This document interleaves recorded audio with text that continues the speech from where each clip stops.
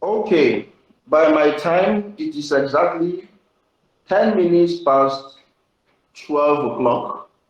So, welcome all to the 31st day of the 12 weeks legislative drafting course. Today is the beginning of our week 7, and we are focusing on miscellaneous and supplementary provisions. If you remember, we talked about what we have been dealing with the 4 parts of the bill. We have dealt with preliminary provisions. Last week, we dealt with principal provisions. This week, we are dealing with miscellaneous provisions. The word miscellaneous comes from the Latin word for miscellaneous, which is miscellaneous, which comes from the word or which means mixed, comes from the word miscellus.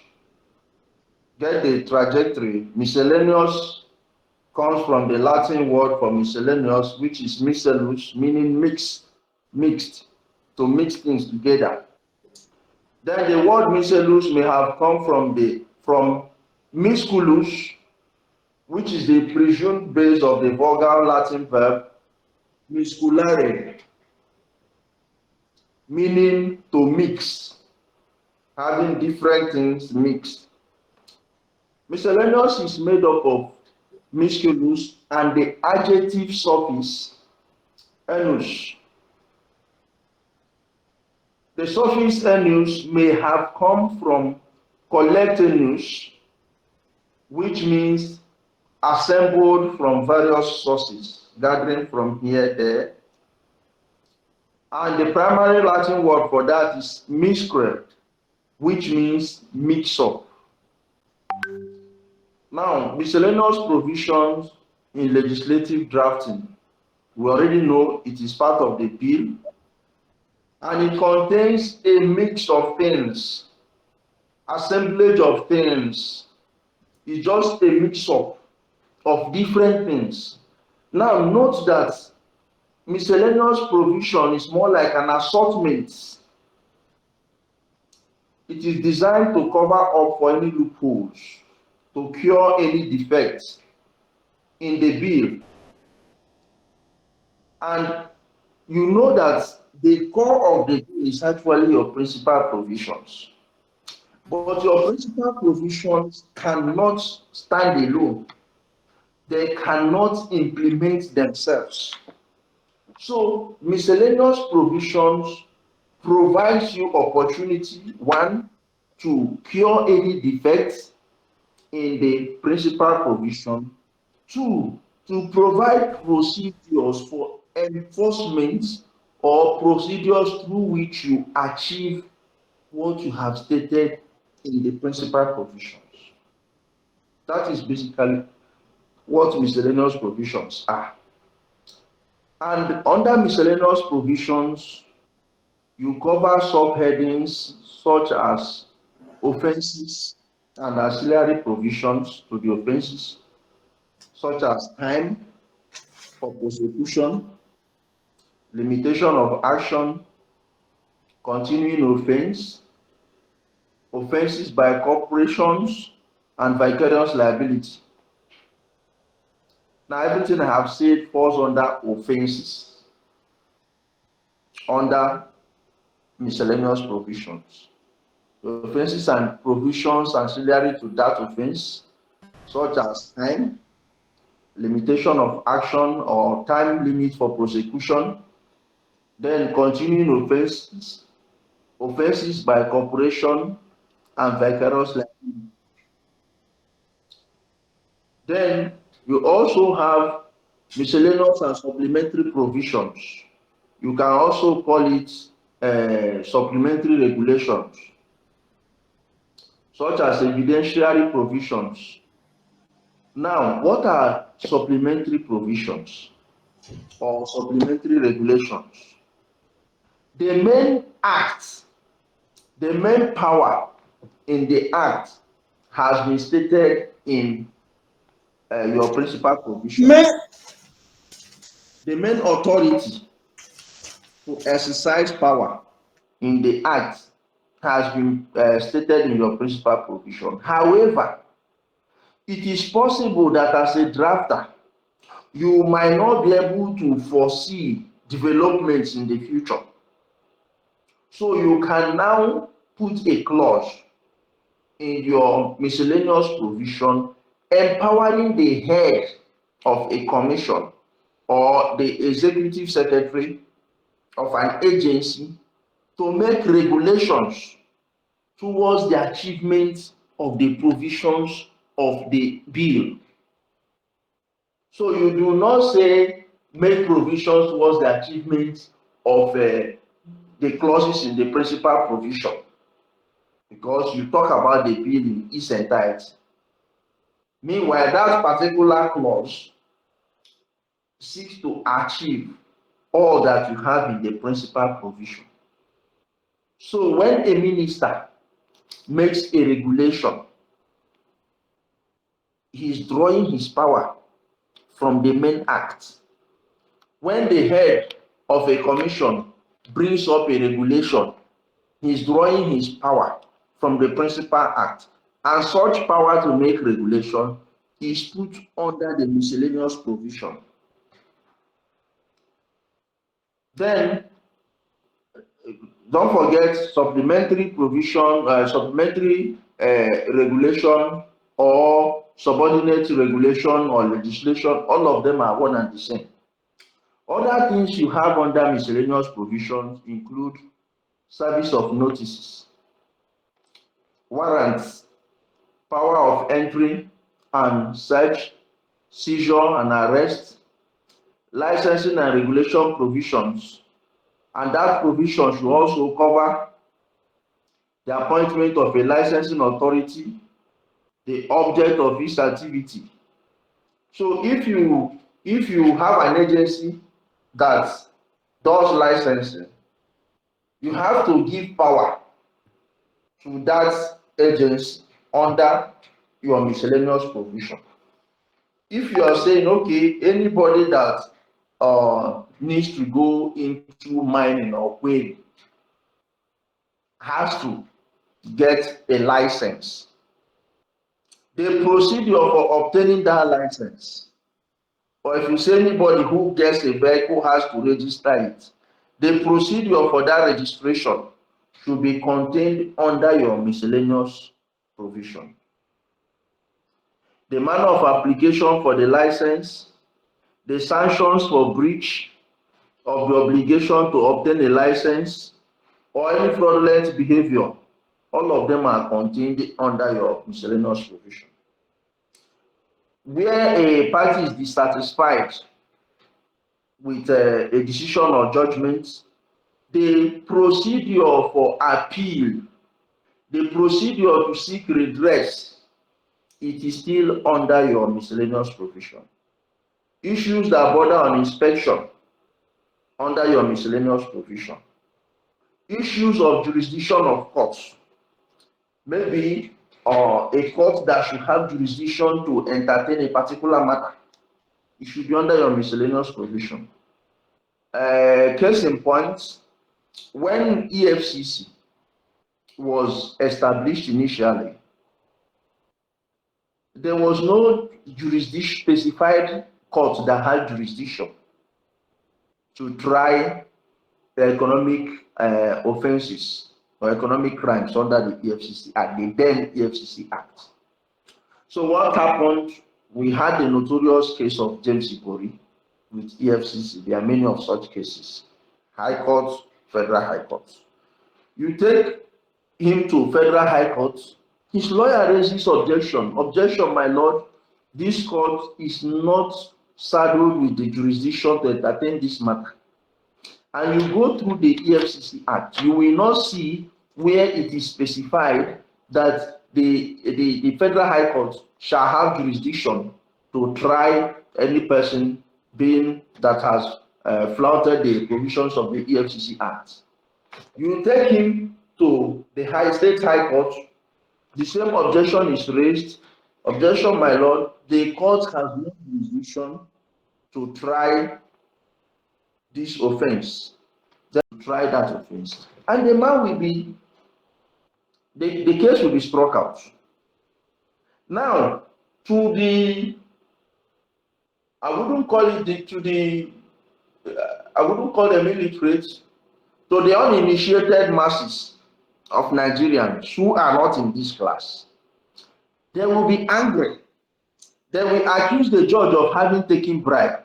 They will accuse the prosecutor of having compromised. Now, the judge cannot go outside what is, the judge cannot give himself power. The judge cannot arrogate the power to try on himself, the power to prosecute, because this man has been accused of committing an offense. A law has to confer jurisdiction on a court, on that particular court. So this kept on happening until the EFCC Act was amended. In fact, as at the last count, that act has undergone 52 amendments. So, and you see that those amendments, while they have enriched the act and made it robust and can effectively combat economic crime, it has also revealed how do I put, inelegance in drafting.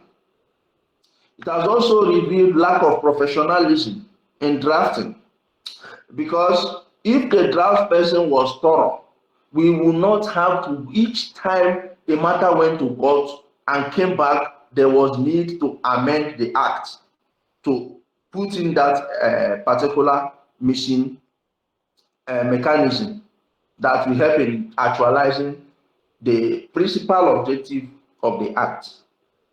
So, issues of jurisdiction. Another example here was, there was a bomb blast sometime in Ghana. For those of you in Lesotho, there was a bomb blast, and the prime suspect was arrested and was taken to court. Now, when he was taken to court, the DSS and the police were dragging which agency of government had power, or prosecutorial power, over that offense. The first time the matter went to court, the accused person, the matter was struck out because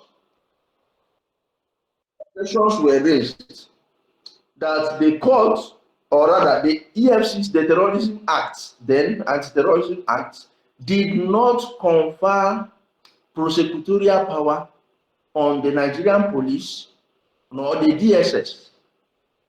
So if you do not have power to prosecute, what are you doing in courts?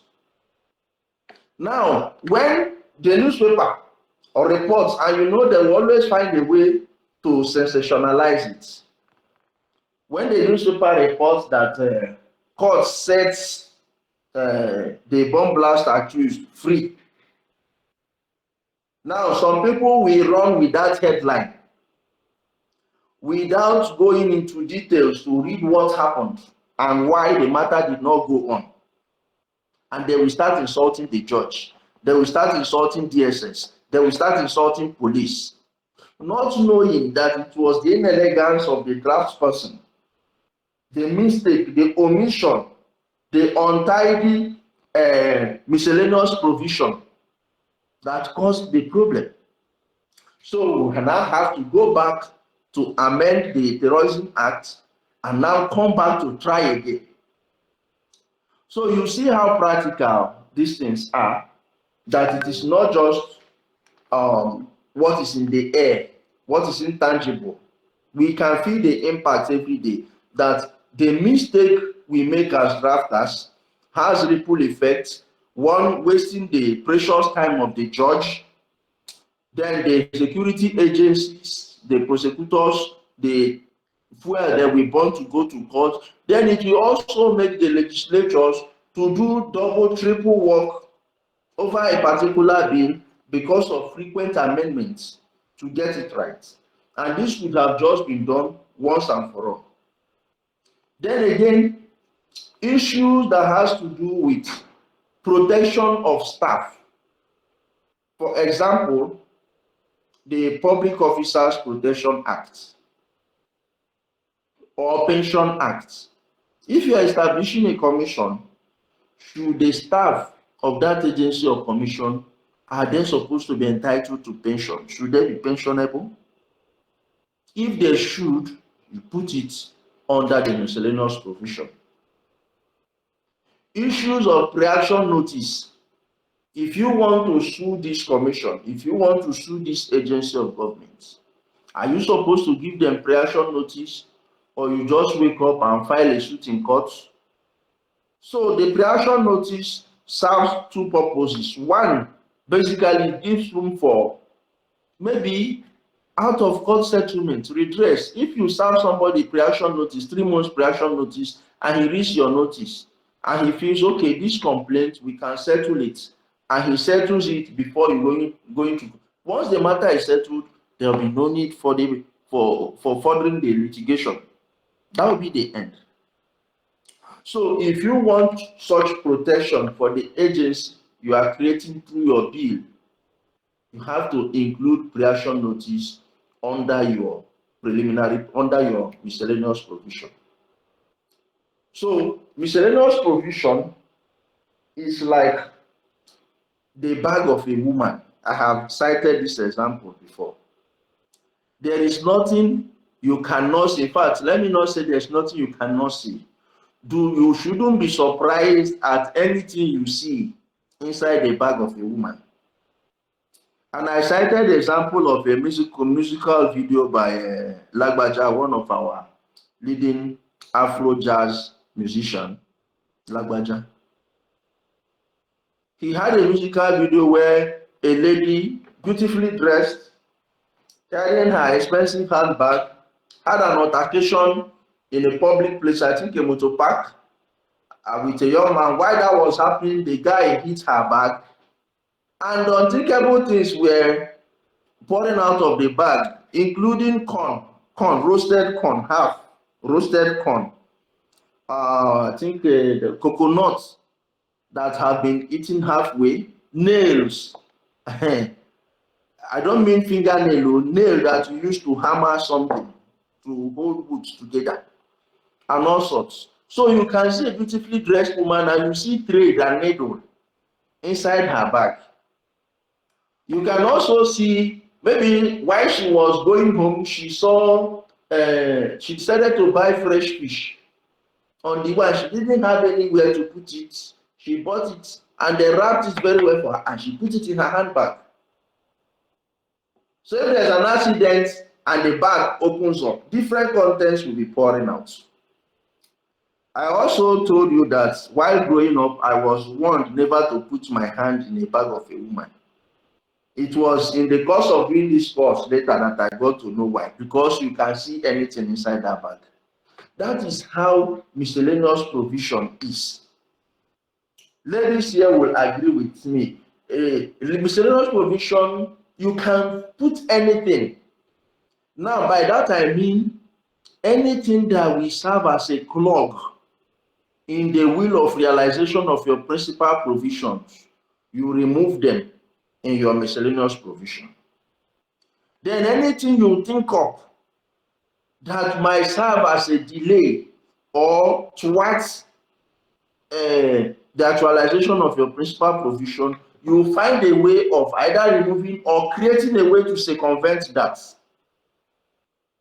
So imagine that a suspect has been detained for probably 2 weeks, 3 weeks. They do preliminary investigation.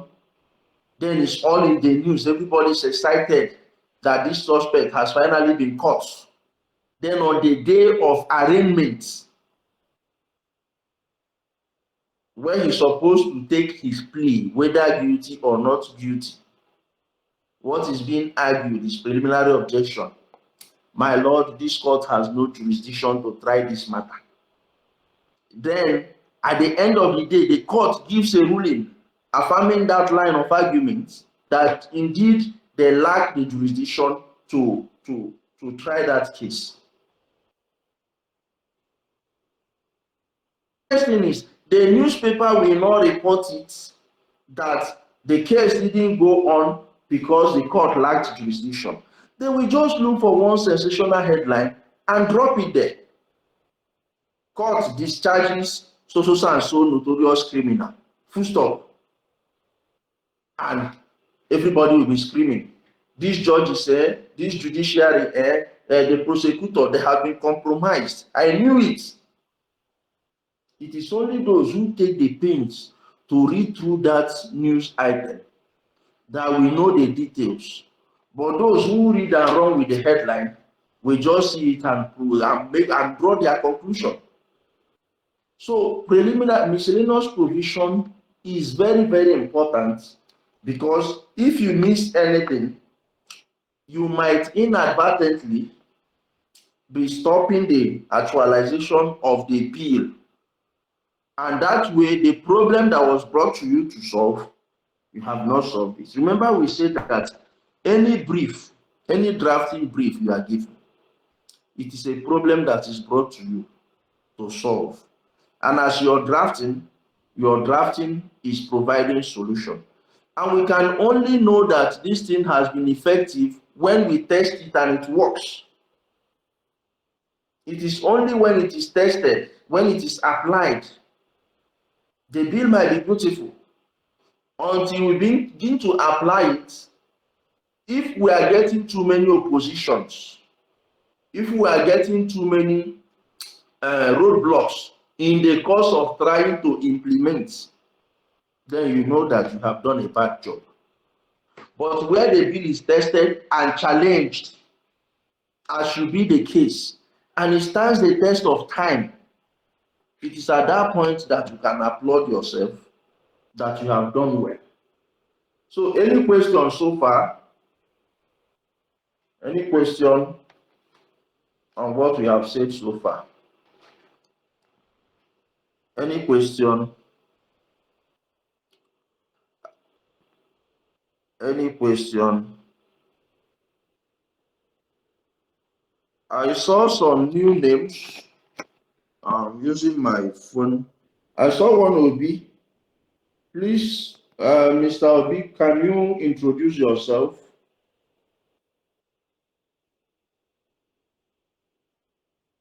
While we wait for him, Mr. Kingsley, you are welcome. Hannah, Hello. you are welcome. Hello, Mr. Lecturer. Good afternoon. Good afternoon, sir. Obi Angonye is my name. I am a lawyer. I am based in Lagos, Nigeria. This sounds like my friend, though. Good afternoon, sir. Good afternoon. Is this Ebenezer? Yes, sir. Oh, well, you know, for a long time I've been trying to join this very good program. Tonya is mounting for us. Honestly, it's a fantastic one. But I've not always been able to join, really. Today I tried. It was so rich like this. So. Yes, that's why we are trying. That's why we are doing what we are doing, to bring legislative drafting to the fore. Yes. Thank you, sir. Welcome. We hope to see you more. The clerks holds every work day, Monday to Friday, from 12 p.m. 12 noon Nigerian time to 1, just 1 hour. We also have our colleagues joining us from Lesotho, and they are 1 hour ahead of us. So our 1 p.m., our 12 noon is their 1 p.m. So it's a combined class. I am also seeing one Paulette.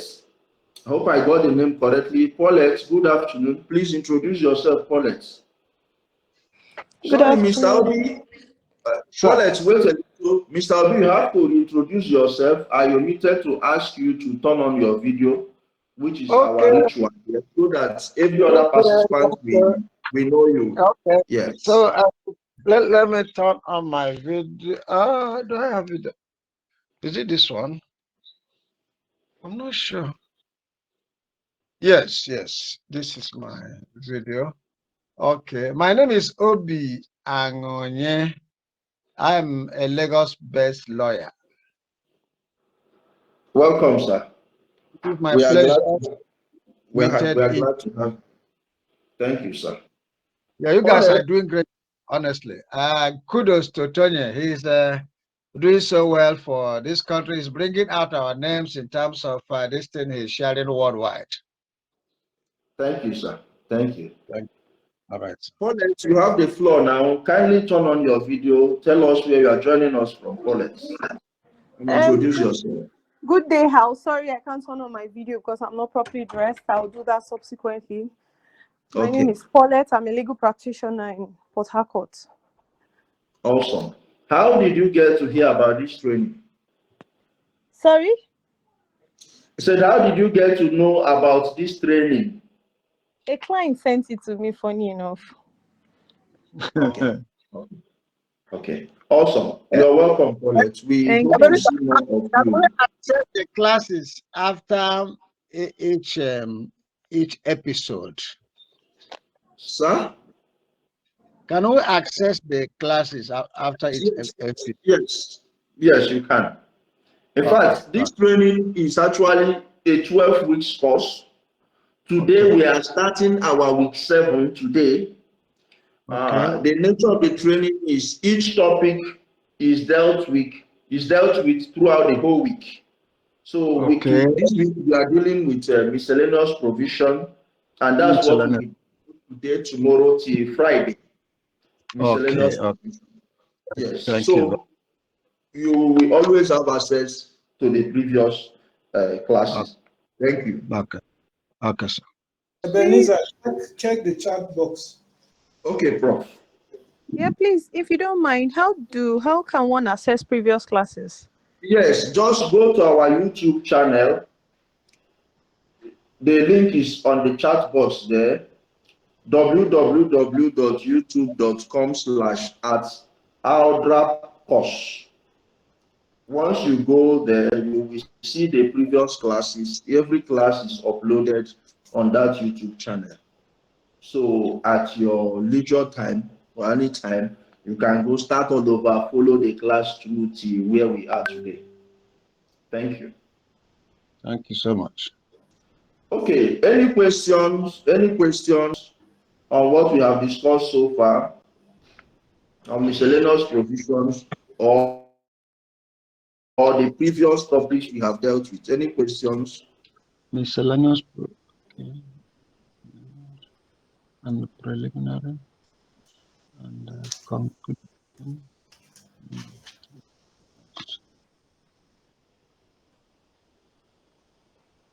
Okay, if there are no questions, I will ask my own question.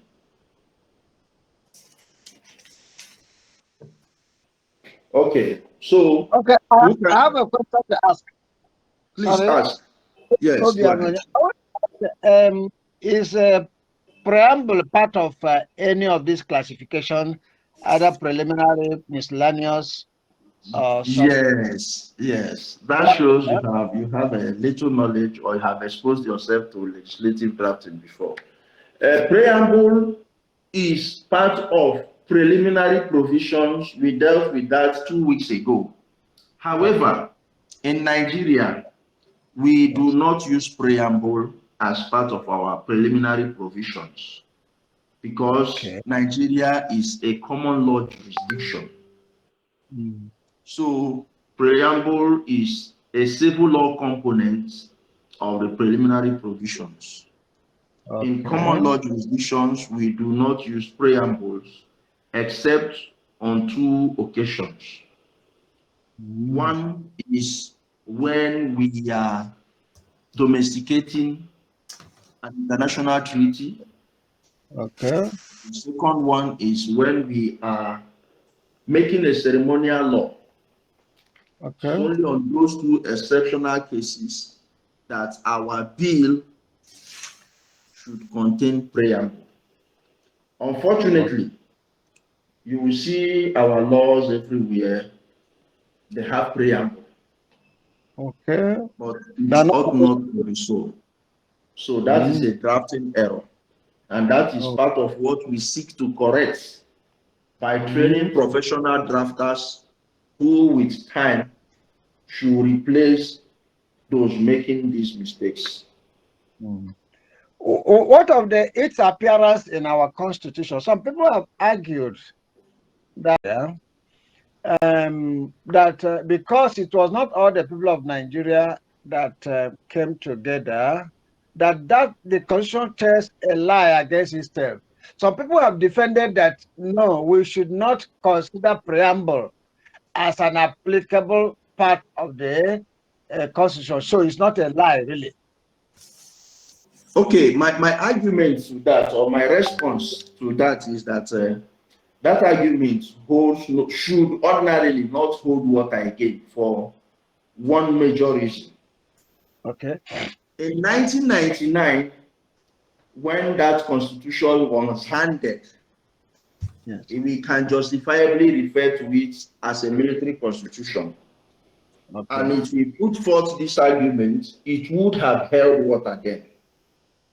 But that constitution has undergone alteration, first, second, third, fourth, fifth alteration as we speak, by the legislative assembly that we elected under democracy. Okay. As I speak with you, sir, there is an ongoing constitutional alteration process. Yes. That is the sixth alteration. So should we rightly say that it is not our constitution? Okay, having been condoned. Whatever damage, whatever the military gave us, yes, that we opposed or queried, I agree. But after we have amended the first time, amended the second time, altered third, fourth, and fifth, and we are doing the sixth alteration now, whatever lacuna, yes, whatever gaps that were inherent in the original constitution, we ought to have corrected. So yes, if we have appropriated it, if we have not corrected it now, the constitution we have today is our constitution. Okay. So we the people, because the people who are sitting at the National Assembly are representing us. They are there at our instance. So yes, we the people, it is our constitution, sir. That's my argument, though I might be wrong. I like the argument because otherwise we would have expunged it. Our people representing us in the course of these 5 alterations would have expunged that portion. So yes, so we the people, it can be said that they have appropriated it as their own. So we have accepted it. Exactly, sir. Exactly. Okay. Thank you, sir. Any other question, please?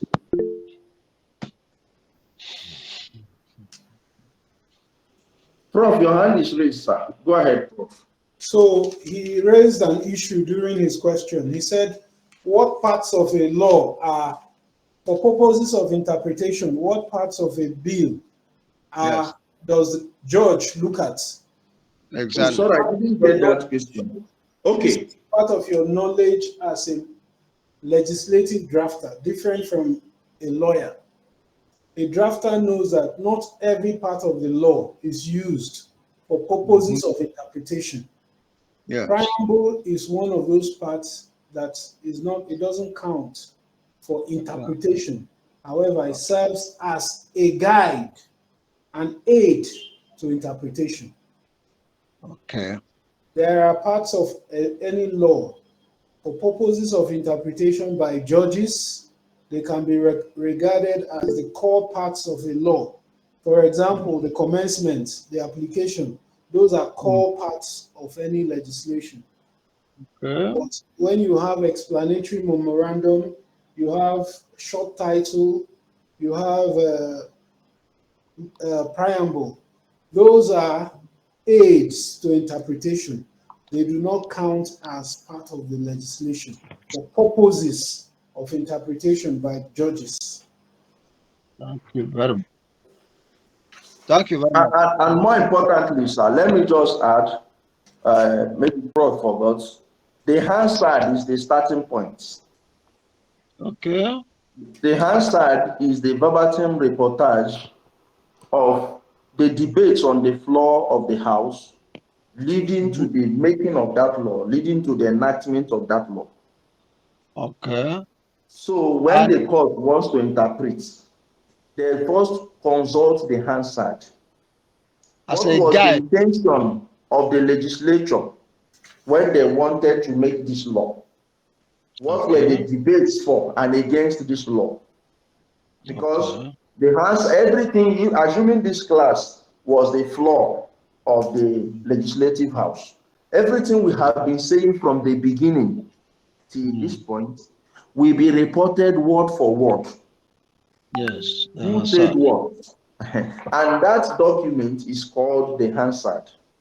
It's like minutes of a meeting. So if you were not in a meeting, once the minute is read, you have a grasp of what transpired and who said what. Okay. So the Hansard is the starting point. Once the Hansard is consulted and they cannot get what they want from the Hansard, they will now begin to look at the different parts of the bill that Prof mentioned. Okay. Thank you very much. Thank you, sir. So, my own question, does anyone have his question now before I ask my own? Okay. So let me ask my own question. What is the etymology of the word miscellaneous? How did we come about it? The origin.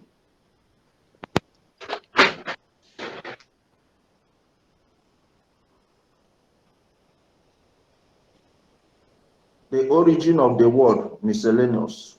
The roots. And what does it mean?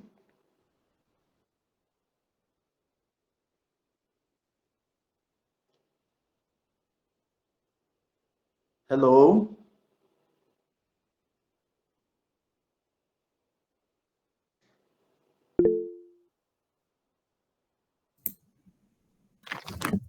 Yes, please go ahead.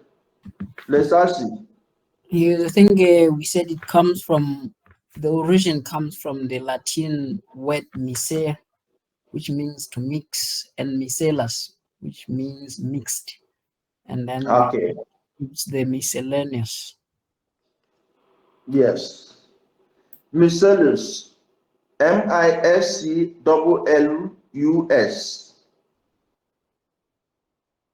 That is the Latin word for miscellaneous. But that is not all. It developed till it got to miscre, which means mixed up.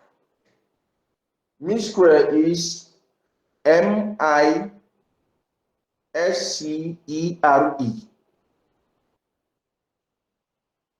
meaning mix up different things mixed together.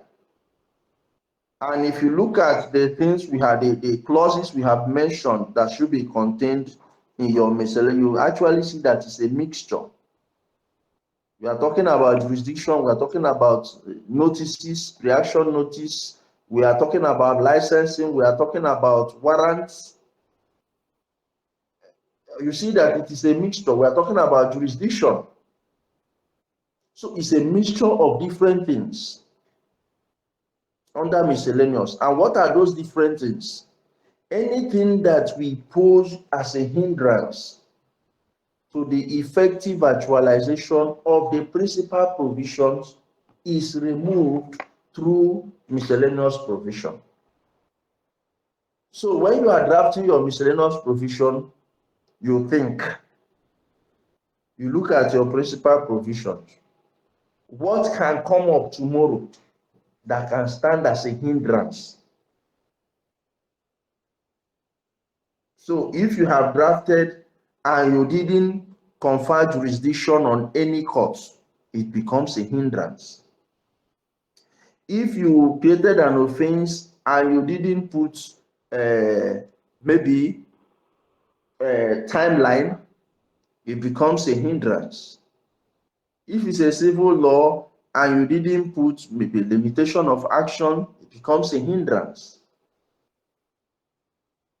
So you have given somebody a right, then you didn't tell him time frame within which he can enforce that right. Ebenezer, let me interject. So confer provisions under your principal provisions. So after you have done all that, you need to now think of the circumstance under which those rights would operate. That is your miscellaneous provisions. Because the rights you have conferred, rights are not absolute.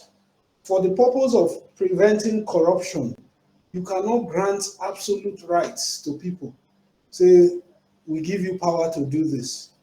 So when you have granted powers under your principal provisions, it is in your miscellaneous provisions you now provide conditions under which those rights would operate. Thank you, Prof. Thank you, sir. So, any other question? If there is none, I will ask my second question.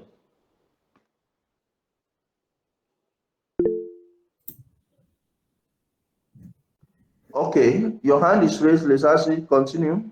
Thank you very much. I just wanted to appreciate under the classifications, we talked of the preliminary, the main, and the final provisions. Do we under which one does miscellaneous provisions fall?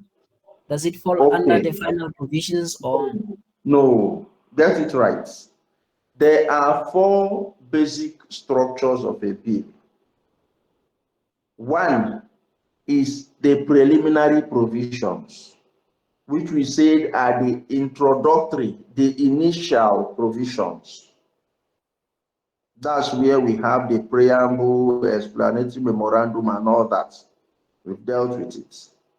The second one is principal provisions. Under principal provisions, you have substantive provisions and administrative provisions under principal provisions. Then the third one now is miscellaneous provisions, which is what we are dealing with. It is here that you put up mechanisms that will help in actualization of your principal provisions. Then after the miscellaneous, we now have final provisions. It is in final provisions that you put in your transition, savings and transition provisions. It is in final provisions that you put in your repeal clauses. It is in final provision. Do you get it? Yes, thank you. I get it. So don't confuse substantive and administrative. Sorry, Prof. Go ahead, sir. Oscar, can you hear me? Please, there's something I sent. Post it on the screen. Oscar. Hello, Mr. Oscar. Okay.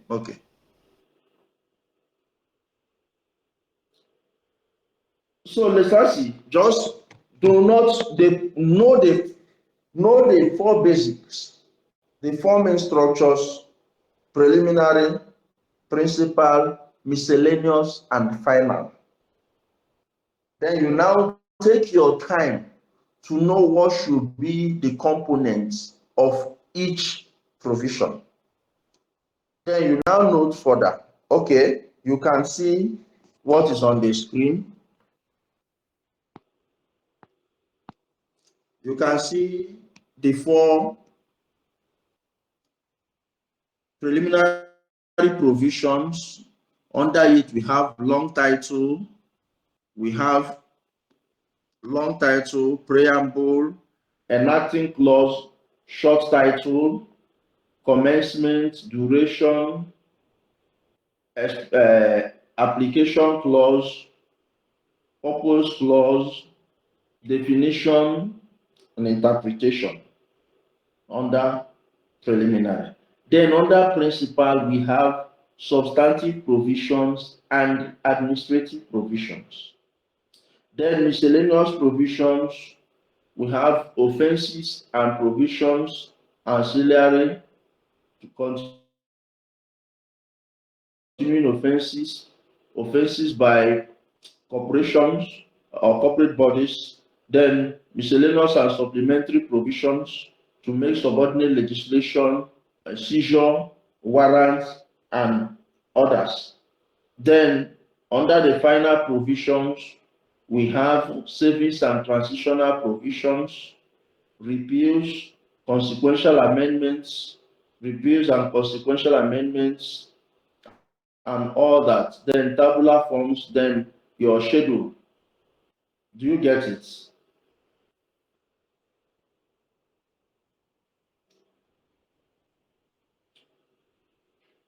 So go just now. One thing about drafting, particularly these topics we are dealing with, the 4 parts, it is not a one-off thing. It is what you keep revisiting until it becomes part and parcel of you. That's the honest truth. And it's not just about this topic alone. It is the process with legislative drafting as a course, because it is what is practical. So you only become better by doing and doing and doing and doing it again and again. It is when you have done it over and over that you would have mastered it, and it becomes a second nature, such that once you are woken from sleep and you are asked any question on it, you will instinctively answer it because you have mastered it. So, any other question? Okay. If none, let me ask my own question. Can you mention at least 4 components of a miscellaneous provision? At least 4 components of a miscellaneous provisions. 4 components of miscellaneous provisions.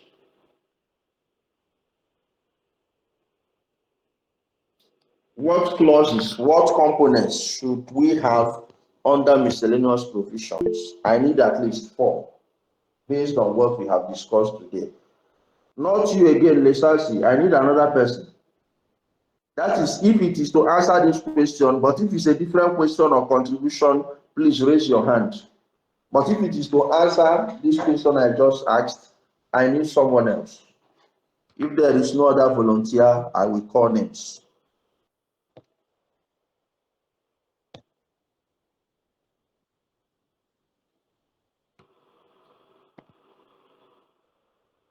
Okay. Madam Uju, please, can you give me at least 4 components of miscellaneous provisions? Okay, sir. Under miscellaneous provision, we have offenses, time limit for prosecution, supplementary regulations, power to make regulations, service of notice, and the rest of them. Okay, thank you. What is supplementary regulation?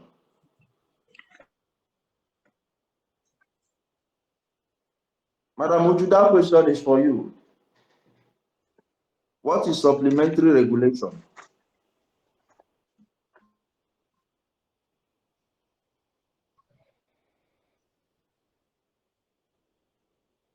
Okay.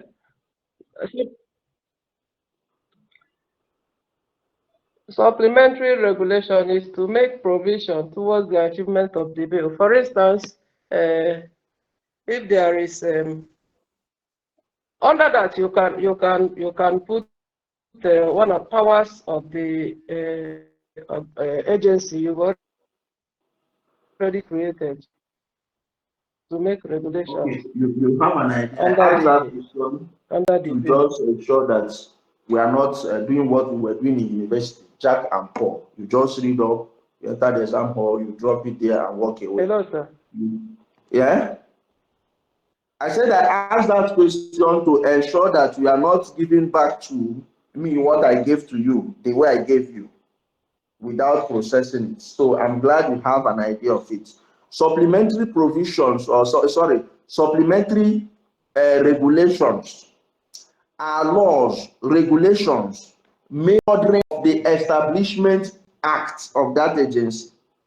However, the head of that agency derives the power to make that regulation from the Establishment Act, and such power is put under supplementary, under miscellaneous provisions.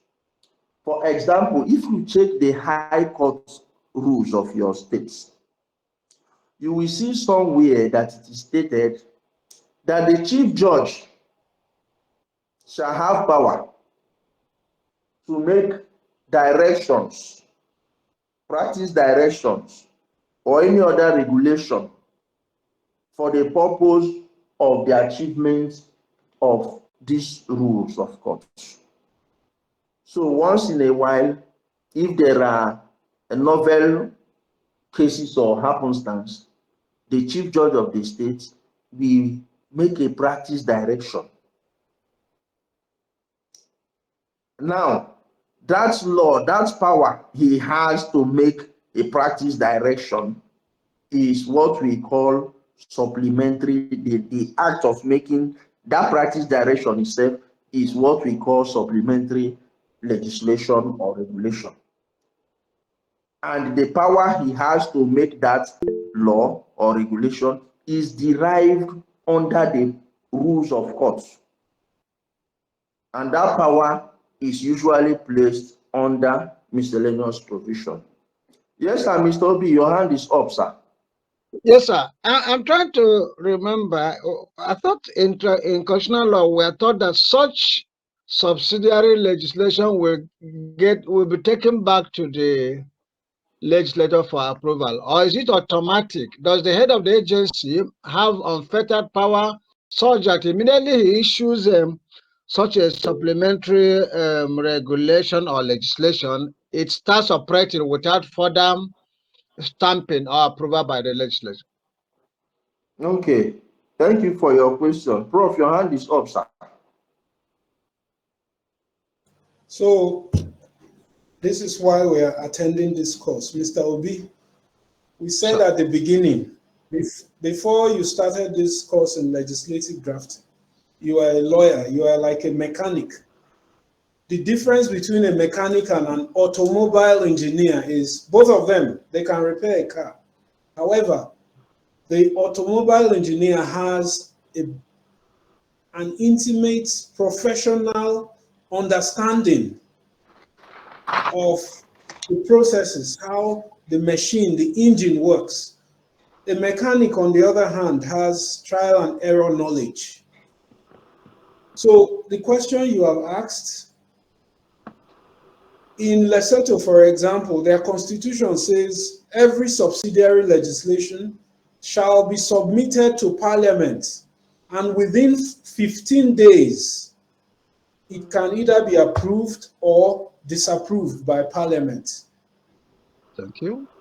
This is a symptom of, or a feature of, parliamentary system of government.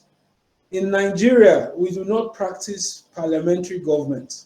So there is no requirement for a minister to submit subsidiary legislation to the National Assembly.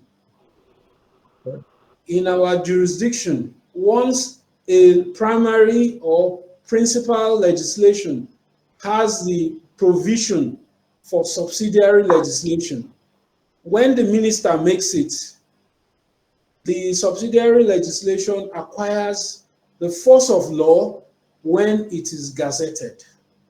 Okay. That's fantastic. The minister is not required to submit it to Parliament again or National Assembly. But in parliamentary systems of government, the minister is required. They call it lay before Parliament.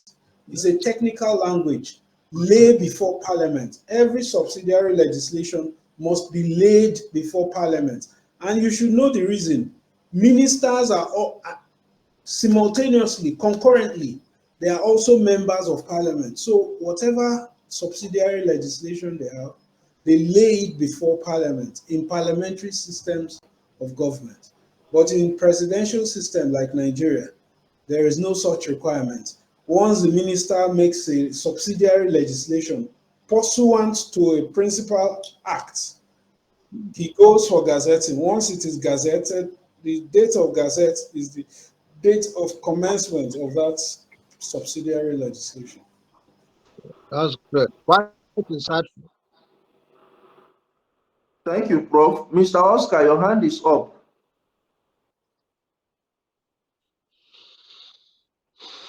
Mr. Obi, do you still have further questions?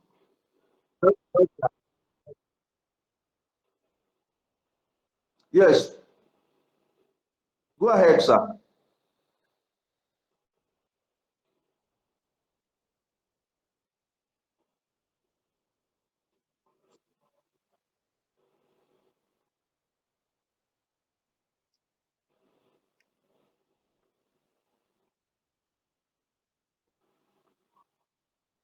Electoral guidelines. Exactly.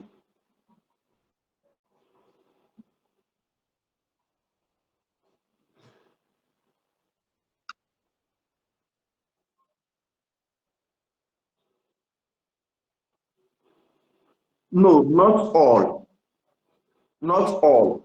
You see, there are limitations. Prof, your hand is up, sir. Okay, there are limits. Once you have a power to make subsidiary legislation, that your power does not extend to make regulations that conflict with the provisions of the Constitution. The Constitution is supreme. It is the ground norm. And it stated clearly as part of the Constitution that any other law that is inconsistent with the provisions of the Constitution shall be null and void. So any supplementary or subsidiary or subordinate regulation you make that conflicts with the constitutional provision will be nullified by the courts. So if you are making your regulation, it must be within the ambit of your power and your office. 1. 2, that regulation should be limited to achievements of the principal provisions of your Establishment Act. I don't know if you understand it.